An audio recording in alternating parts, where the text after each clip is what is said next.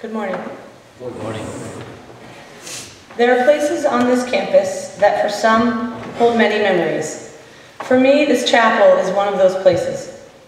I remember clearly the evening 3 faculty kids, myself included, got locked in the penalty box for an hour, the back room of the altar, during our regular epic hide-and-seek games. The year my sister played baby Jesus and I was married in the annual Christmas pageant. The day Mr. Phinney and I got married. One memory in particular, which brings me to the inspiration of my talk this morning, occurred the night of lessons and carols close to 20 years ago. First, I should tell you that my father served as assistant head here at Salisbury from 1986 to 1997. During those years, he helped Mr. Corkery with the ice hockey team, was the head coach of the lacrosse program, taught biology, and worked very closely with the dean's office. Sounds like someone we know. Somewhat of a precursor to Mr. Wynn, my dad was also someone that was not loud in words, but very loud in actions. One memory that brings me back to this chapel was that evening of lessons and carols. We have all experienced a lessons and carols. Lights are low, candles are lit, songs are sung. Like every school gathering, my dad stood in the back, keeping a careful eye on all the students to ensure no one slept or tried to sneak out. He began to lean against one of the windows.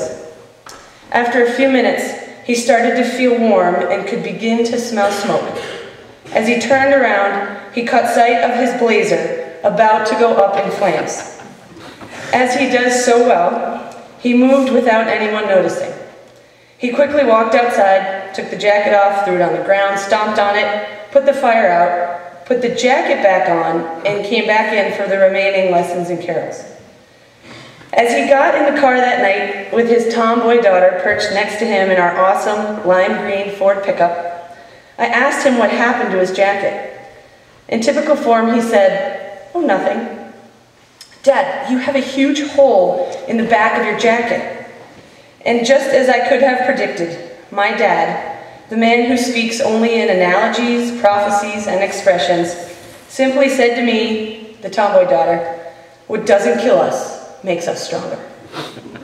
It wasn't until nearly 10 years later that I learned what happened to his jacket. There have been many moments where my dad replies not in yes or no, or maybe even a further question into my question, but replies with a quote that you would only find in great quotes from great leaders.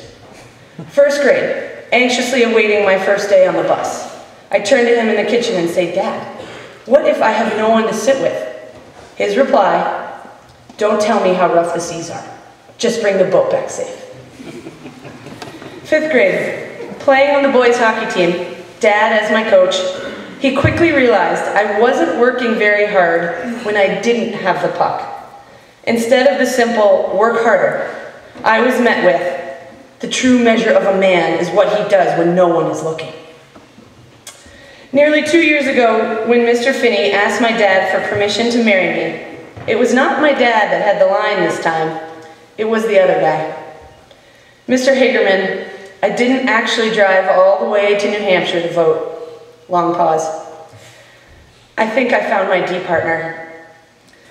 Well, now I clearly have 2 men in my life that see life not as simple passing moments of time, but as passing moments of lessons, passing moments of chances to be better. Because as my dad always says, if you're not getting better, you're getting worse. When I was playing on the national hockey team, there were many rough seas. I learned early on that the only way around them was to go through them.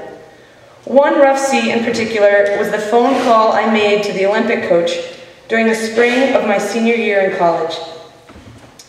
I had just gotten cut from the national team, and with the Olympics 2 years away, I needed to find out what parts of my games were broken, and then figure out how was I going to fix them. The conversation was quick. It went something like this. "Hagerman, you're a good college player. Problem for you is the international game is played on a bigger sheet of ice. You aren't quick enough, fast enough, or fit enough to play that kind of game. You won't ever play in the Olympics. Okay, enter rough seas. Though I was trying to bring the boat back safe, this felt like a lightning bolt just obliterated the ship, and now I was drowning. But what I managed to do was something I recently learned, perhaps from my dad. Camouflage your reality and just work harder. Camouflage my reality meant I had to convince myself there was more I could do, that I could get faster, quicker, stronger, and maybe, just maybe, if I believed and worked as hard as I could, then the reality that he saw would change. I could have believed that he knew me better than I knew myself, but thanks to years of no excuses, your life is not a finished product. Do not pray for easy lives. Pray to be stronger men.